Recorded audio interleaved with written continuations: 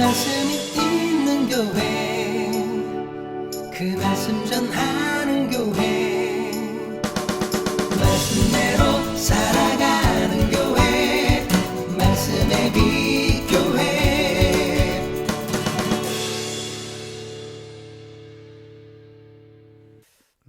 오늘은 불러 모으다라는 제목이라고 말씀을 드렸는데 같은 말씀이지만 믿음이냐 현실이냐라는 제목으로 함께 말씀을 나눠볼까 합니다. 앞서 1절부터 46절까지 우리가 계속 살펴봤던 내용이 뭐였습니까? 요나단, 사울의 아들 요나단으로부터 시작된 블레셋과의 전쟁의 이야기였습니다.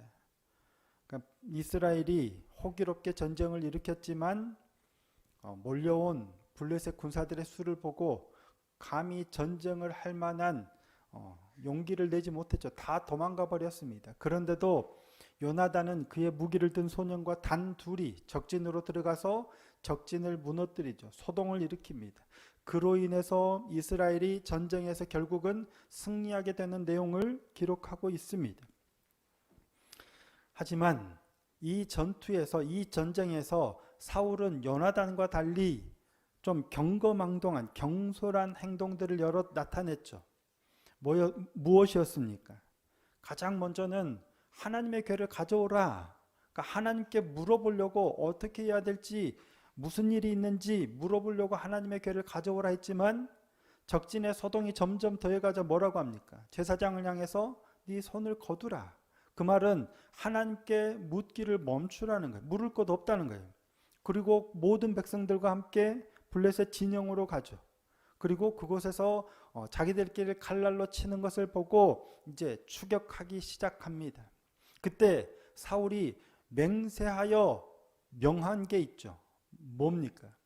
아무도 저녁이 되기까지는, 내가 원수를 갚기 전까지는 음식물을 먹지 말라. 음식물을 먹는 날에는 저주가 임하리라 맹세하도록 합니다. 그래서 다 맹세하죠. 딱 두 사람만 빼고. 요나단과 그의 무기를 둔 소년은 거기 없었기 때문에 맹세를 듣지 못합니다. 결국 그로 인해서 어찌 보면 이 맹세를 어기는 결과를 낳게 됩니다. 또 하나는 그 밤에 블레셋 사람들을 추격하자라고 합니다. 동이 들 때까지 추격해서 저들을 탈취하자라고 합니다. 모든 백성들이 그러하자 할 때 제사장이 하나님 앞으로 나가십시오. 하나님께 물어보시죠. 라고 했을 때 하나님이 아무런 대답도 하지 않으세요. 누구 때문일까요? 누구나 생각할 때 요나단 때문이라고 생각합니다. 그런데 하나님이 대답하지 않으신 게 요나단 때문일까요? 사울 때문일까요? 어쩌면 사울 때문일 가능성이 훨씬 더 커 보입니다. 하지만 사울은 자기 때문이라는 사실은 전혀 인식하지도 못합니다. 사울도 하나님이 대답하지 않으시는 이유에서 자기를 배제합니다. 백성들도 자기들을 배제합니다. 다들 요나단 때문이라고 생각합니다. 이런 게 잘못이었습니다. 어찌됐든 그렇게 블레셋과의 전쟁은 일단락됐죠. 이게 우리가 지난주까지 살펴본 내용입니다. 그렇게 블레셋과의 믹마스 전투는 일단락이 되었어요. 그리고 오늘 본문에서는 어떤 내용을 기록하냐면 사울이 왕이 되어서 재위 기간 동안 쌓았던 업적들에 대해서 쭉 열거합니다. 아말렉을 친 일까지. 아말렉은 다음에 쳐요. 그죠? 15장에 이제 나오는데 그 일들까지 다 기록합니다. 그리고 사울의 가계에 대해서 쭉 기록해 놓습니다. 믹마스, 블레셋과의 믹마스 전투 이후의 일을 기록했다기보다는 사울의 재위기간 전반에 거쳐서 기록해 놓은 것이다. 총평을 한 것이다 라고 볼 수 있겠습니다. 자, 오늘 본문 47절, 48절입니다. 사울이 이스라엘 왕위에 오른 후에 사방에 있는 모든 대적, 곧 모압과 암몬 자손과 에돔과 소바의 왕들과 블레셋 사람들을 쳤는데 향하는 곳마다 이겼고 용감하게 아말렉 사람들을 치고 이스라엘을 그 약탈하는 자들의 손에서 건졌더라. 사울의 통치가 끝났어요, 안 끝났어요? 아직 안 끝났죠. 이제 블레셋과의 전투에서 이겼어요. 그 다음에 아말렉과도 이기고 앞으로도 사울의 통치 기간은 꽤 길게 갑니다. 그런데도 사울의 통치가 끝나지 않았음에도 불구하고 그의 재위 기간 동안의 업적을 이처럼 밝히고 그의 가계에 대해서 자세하게 기록하고 있는 건 좀 예외적인 일이라고 할 수 있겠습니다. 상당히 이례적인 일이에요. 그렇다면 이 시점에 성경은 사무엘상을 기록한 성경의 저자는 왜 이 시점에 이러한 내용을 기록하고 있을까 하는 겁니다. 저자가 사울의 재위가 아직 끝나지 않았어요. 앞으로도 많이 남았어요. 그런데 이 시점에 마치 재위가 끝난 것처럼, 사울이 왕위가 끝난 것처럼 이러한 내용을 밝히는 것은 앞선 지금까지의 사건에서 진정한 의미에서 사울의 왕으로서의 역할이 끝났다고 보았기 때문은 아닌가 모르겠습니다. 믹마스 전투에서 보여준 사울의 모습에서 이미 정당한 진정한 의무로서의 사울의 왕의 모습은 이제 끝났다는 거예요. 사실 이후에 사울의 행적들은 이제 우리가 나중에 살펴보겠지만 아말렉을 진멸하라 하는데 그도 진멸하지 않죠. 그러니까 하나님에 대한 범죄의 연속이고 불순종의 연속입니다. 그리고 나서 하나님이 친히 명하여 기름 부어 세운 다윗을 죽이기에 혈안이 되어서 계속 쫓아다니는 일들이죠. 결국은 블레셋 사람들의 손에 의해서 길보아 산에서 죽임을 당합니다. 사실 이러한 사울의 범죄 행위의 연속이고 이는 다윗의 하나님의 마음에 합한 새로운 왕 다윗의 등장의 배경이 되기도 합니다. 이어지는 15장에서 하나님께서는 사울에게 아말렉을 진멸하라고 명령하십니다. 진멸이 뭐예요? 헤렘이라고 해서 완전히 멸하는 거예요. 생명을 남겨두지 않고 완전히 쳐서 멸하는 걸 진멸이라고 해요. 하지만 사울은 불순종하죠. 좋은 것은 남겨두고 하찮은 것들은 다 진멸합니다. 자, 15장 9절입니다. 사울과 백성이 아각과 그의 양과 소의 가장 좋은 것 또는 기름진 것과 어린 양과 모든 좋은 것을 남기고 진멸하기를 즐겨 아니하고 가치 없고 하찮은 것은 진멸하니라. 그래놓고 마치 하나님의 명령에 순종한 것처럼 내가 진멸하였나이다 하죠. 자기가 보기에 좋은 거는 남겨놓고 정말 값없고 하찮고 보기에 안 좋은 것들만 진멸해놓고 하나님의 명령에 순종했습니다 라고 뻔뻔하게, 결국 하나님께서는 사울을 왕으로 세우신 것을 후회하십니다. 그리고 사울을 버리세요. 사울을 버려서 이스라엘의 왕이 되지 못하게 하시고 사무엘을 통해서 사무엘을 이새에게 보내서 다윗에게 기름을 붓게 하십니다. 이처럼 진정한 의미에서 15장 앞에 이제 사울의 왕으로서의 역할이 끝났다고 보는 거예요. 이후로는 반역의 불순종의 역사와 버림받은 역사와 그리고 악기가 들리고 다윗을 죽이려 하고 오히려 하나님이 기름 부어 세운 다윗을 죽이려고 하는 대적하는 일들만 하잖아요. 어쩌다 그렇게 되었을까요? 사울은 분명히 하나님이 택하셔서 하나님이 기름 부어 세운 왕입니다.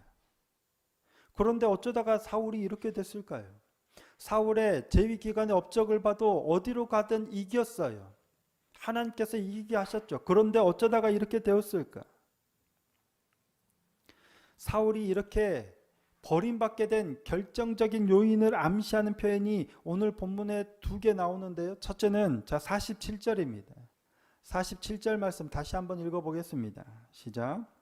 사울이 이스라엘 왕위에 오른 후에 사방에 있는 모든 대적 곧 모압과 암몬 자손과 에돔과 소바의 왕들과 블레셋 사람들을 쳤는데 향하는 곳마다 이겼고.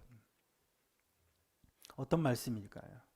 별로 그래 보이는 말씀이 없죠. 근데 사울이 왕위에 오른 후에, 이때 왕위에 오르다라고 번역된 단어가 라카드입니다. 라카드.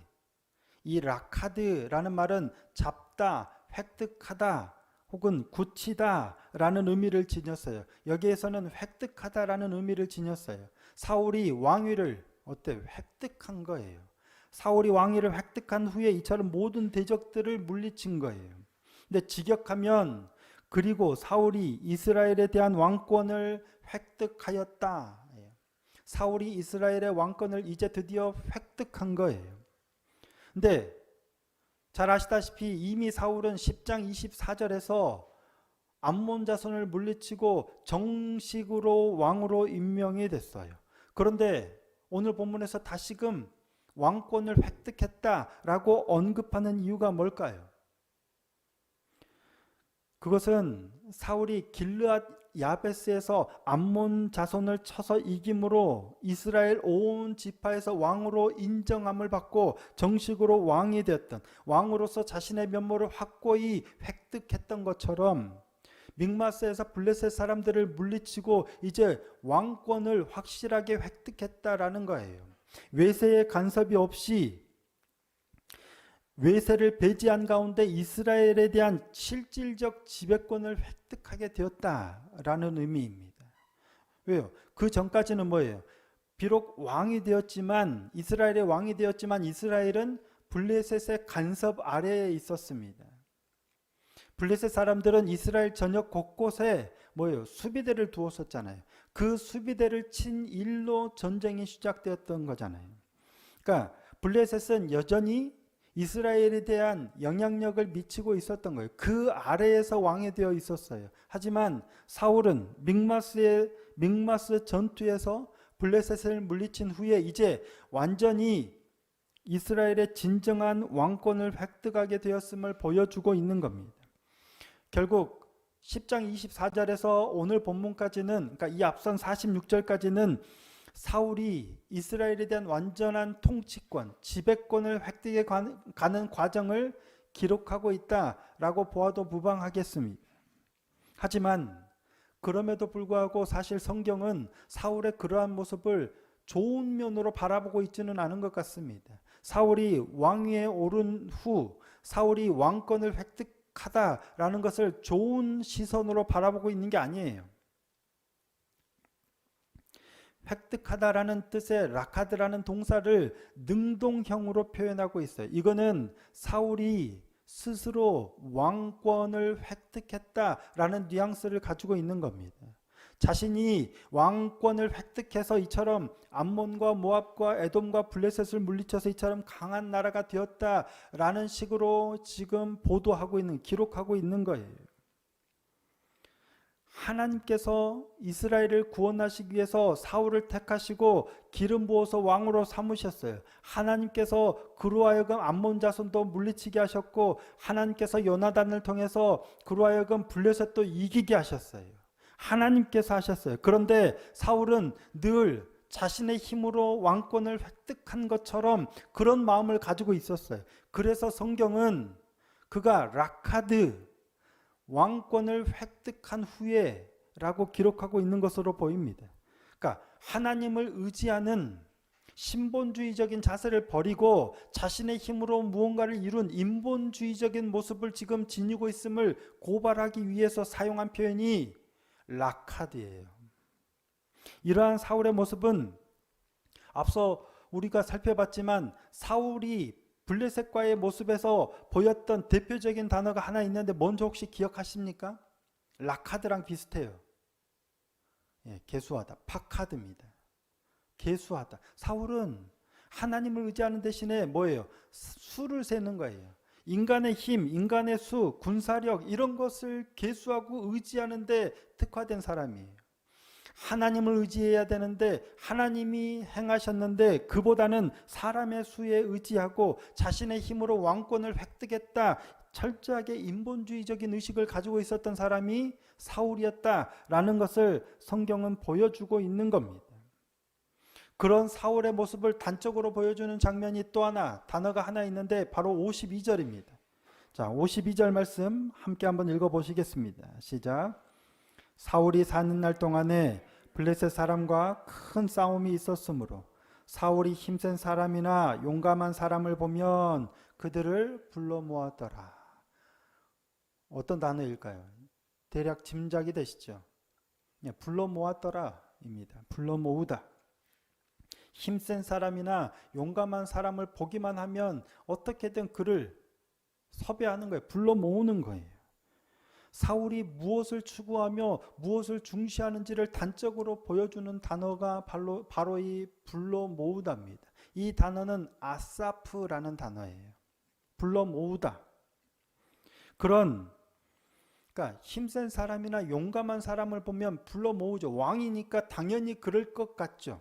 이게 무슨 문제가 있을까 싶지만 성경은 그런 사울의 모습을 고발하고 있어요. 그가 왕권을 획득한 것을 고발하고 있듯 그가 힘세고 용감한 사람을 불러 모은 사실은 고발하고 있는 겁니다. 그런 사울의 모습과 대비되는 사무엘의 모습이 있습니다. 사울이 사는 날 동안 그는 힘센 사람이나 용감한 사람을 불러 모았다면 사무엘이 사는 날 동안은 어땠을까요? 자, 사무엘상 7장 13절 말씀입니다. 자, 함께 한번 읽어보시겠습니다. 시작. 이에 블레셋 사람들이 굴복하여 다시는 이스라엘 지역 안에 들어오지 못하였으며 여호와의 손이 사무엘이 사는 날 동안에 블레셋 사람을 막으시매. 누가 막았어요? 여호와의 손이죠. 사무엘은 굳이 힘센 사람이나 용감한 사람을 불러 모으지 않았어요. 군사들을 훈련시키거나 하지 않았어요. 물론 그런 일들이 있었을지 모르겠지만 누가 도와요? 여호와의 손이 사무엘이 사는 날 동안에 계속해서 사무엘을 돕는 거예요. 이스라엘을 돕는 거예요. 블레셋이 아예 들어오지 못하도록 누가 막으시냐면 하나님께서 막으세요. 사무엘은 하나님만 의지하면 되는 거예요. 굳이 힘센 사람, 용감한 사람을 모으려고 애쓸 필요가 없어요. 하지만 사울은 힘센 사람이나 용감한 사람을 모아야 해요. 왜? 하나님을 의지하지 않기 때문입니다. 그런 사울과 완전히 대비되는 사람이 있는데 누구냐면 바로 사울의 뒤를 이은 다윗이죠. 다윗은 힘센 사람이나 용감한 사람을 모았어요? 안 모았어요? 안 모았겠죠. 그러니까 제가 대비된다고 하겠죠. 하지만 다윗 주변에는 성경에도 여러 번 기록되지만 용사들이 엄청나게 많습니다. 30명 중에 우두머리 이런 그 앞에 30 뒤에 30뿐만 아니라 엄청난 장수들이 다윗에게 모여요. 그런데 다윗이 그들을 모은 게 아니라 그들이 다윗에게로 모여들었습니다. 성경을 이제 나중에도 읽어보시면 아시겠지만 다윗은 그들을 불러 모으려고 한 적이 없어요. 다 다윗에게 모여들어요. 왜 모였을까요? 하나님께서 모이게 하셨겠죠. 다윗이 한 건 뭐예요? 하나님을 의지하는 것밖에 없었어요. 하나님을 의지하는 다윗에게 사람들이 모여드는 거예요. 하나님을 의지할 때 하나님께서는 그와 같이 좋은 사람들이 모여들게 하시는 겁니다. 그러니까 사람을 모으려고 하기보다는 하나님을 의지하려고 하면 됩니다. 그러면 사람들이 모이게 되어 있습니다. 사울은 힘센 사람이나 용감한 사람을 보면 그들을 불러 모았죠. 아까 불러 모으다라는 단어가 아사프라고 말씀을 드렸죠. 불러 모은 거예요. 근데 이 단어가 앞서도 쓰였어요. 언제 쓰였냐면 하나님의 궤를 가져오라 라고 해서 제사장이 물어보려 할 때 사울이 뭐라고 그래요? 네 손을 거두라. 거두라가 아사프예요. 거두는 거예요. 불러 모으는 거예요. 내게로 모으는 거예요. 이게 아사프예요. 자, 14장 19절입니다. 사울이 제사장에게 말할 때 블레셋 사람들의 진영에 소동이 점점 더한지라. 사울이 제사장에게 이르되 내 손을 거두라. 그때 아사프예요. 하나님께 물어야 되는 상황이에요. 하나님께 물으려고 했어요. 묻고 있는데 손을 거두라는 거예요. 하나님께 물을 필요 없다는 거죠. 그때 사용했던 단어를 지금 힘센 사람 용사들을 모으는데 또 사용하고 있는 거예요. 분명하게 성경은 사무엘상을 기록한 이 성경의 저자는 이를 보여주기 위해서 이 단어를 반복하고 있는 것으로 보입니다. 아사프라는 단어로 통하는 거예요.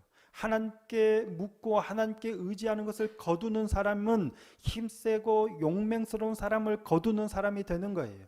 하나님을 의지하는 대신 하나님이 아닌 다른 것, 눈에 보이는 어떤 것에 더 의지하는 사람. 눈에 보이지 않는 하나님의 도우심보다는 눈에 보이는 현실적인 어떤 것이 훨씬 더 중요하게 여겼던 사울의 모습을 보여주는 단어가 불러 모으다라는 겁니다. 그 결과는 하나님으로부터 버림받기에 이르게 되는 겁니다. 하나님을 존중하지 않았기 때문입니다. 눈에 보이지 않고 늘 말씀하시고 보호하시고 인도하시는 하나님을 존중하지 않고 오히려 눈에 보이는 것들을 의지하는 거예요. 그게 바로 하나님을 멸시하는 겁니다. 자, 사무엘상 2장 30절입니다. 함께 한번 읽어보실까요? 2장 30절 시작. 그러므로 이스라엘의 하나님 나 여호와가 말하노라. 내가 전에 내 집과 내 조상의 집이 내 앞에 영원히 행하리라 하였으나 이제 나 여호와가 말하노니 결단코 그렇게 하지 아니하리라. 나를 존중히 여기는 자를 내가 존중히 여기고 나를 멸시하는 자를 내가 경멸하리라. 하나님께서 엘리 제사장의 집에 하신 말씀이죠.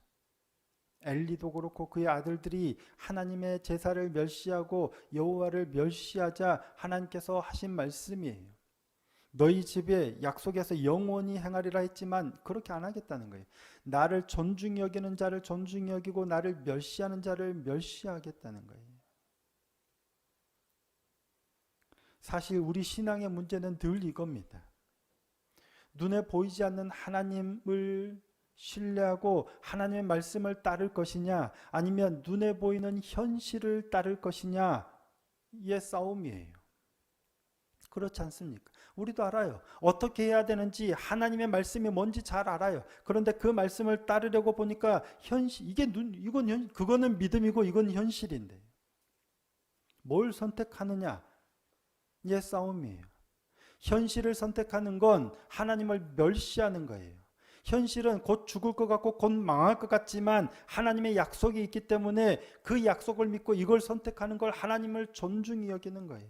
하나님은 나를 존중히 여기는 자를 존중히 여기고 나를 멸시하는 자를 멸시하리라.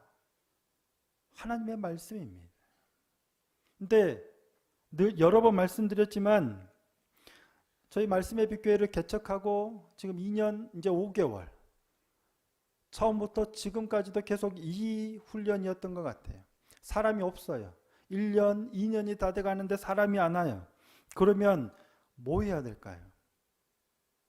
사람을 붙들어야죠. 힘센 사람이나 용감한 사람 보면 불러 모아야 돼요. 그래야 되나요? 그게 사람의 현실이에요. 하지만 하나님은 그러지 말라는 거예요. 사람을 불러 모으지 말고 뭐예요? 하나님을 의지하라는 거예요. 사람이 좀 모이면 어때요? 그때도 마찬가지입니다. 사람이 좀 모이면 그들의 마음에 그들의 시선에 어떻게 또 똑같은 거예요. 결국은 하나님의 말씀을 따르느냐 눈에 보이는 현실을 따르느냐의 문제인 것 같습니다. 아사프, 오늘 본문은 아사프라는 단어, 라카드라는 단어와 아사프라는 단어죠. 상황이 좀 좋아지고 사람이 모일 것 같으면 뭐예요? 하나님을 의지했던, 하나님께 물었던, 하나님께 기도했던 네 손을 거두라 하면 안 돼요. 하나님께 묻기를 중단하고 자신의 판단에 따라서 이때는 이렇게 상황을 따라가는 어리석음을, 그러한 위험을 배제해야 합니다. 힘들고 어렵고 상황이 전혀 나아지려 하지 않으니 힘센 사람이나 용감한 사람을 보면 어떻게든 그들을 아사프하려고 하는 이런 유혹이 늘 우리 앞에 있는 겁니다. 사는 날 동안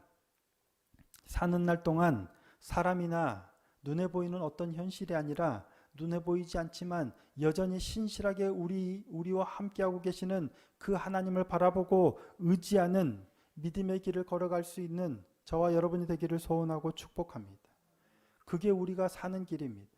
모르는 분은 없을 거예요. 수도 없이 들었잖아요. 이게 우리가 사는 길이라는 걸 모르는 분은 없어요. 문제는 실제입니다. 나는 하나님을 믿음으로, 하나님을 의지함으로 말씀을 붙들고 그 길을 선택하느냐 아니면 눈앞에 보이는 현실을 선택하느냐. 사울은 버림을 받았고 다윗은 비록 범죄하기도 했지만 그의 왕위가 예수 그리스도에게까지 이어지는 놀라운 복을 받았습니다.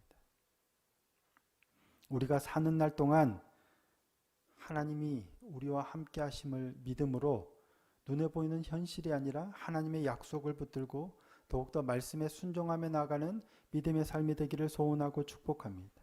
그리함으로 마지막 때 우리에 대한 평가가 잘하였다, 착하고 충성된 종이다 라고 칭찬을 받는 복된 삶이 되기를 소원하고 축복합니다. 오늘의 선택, 날마다 우리에게 주어지는 그 선택 잘 감당하며 나아가는 저와 여러분이 될 수 있기를 예수님의 이름으로 축복합니다.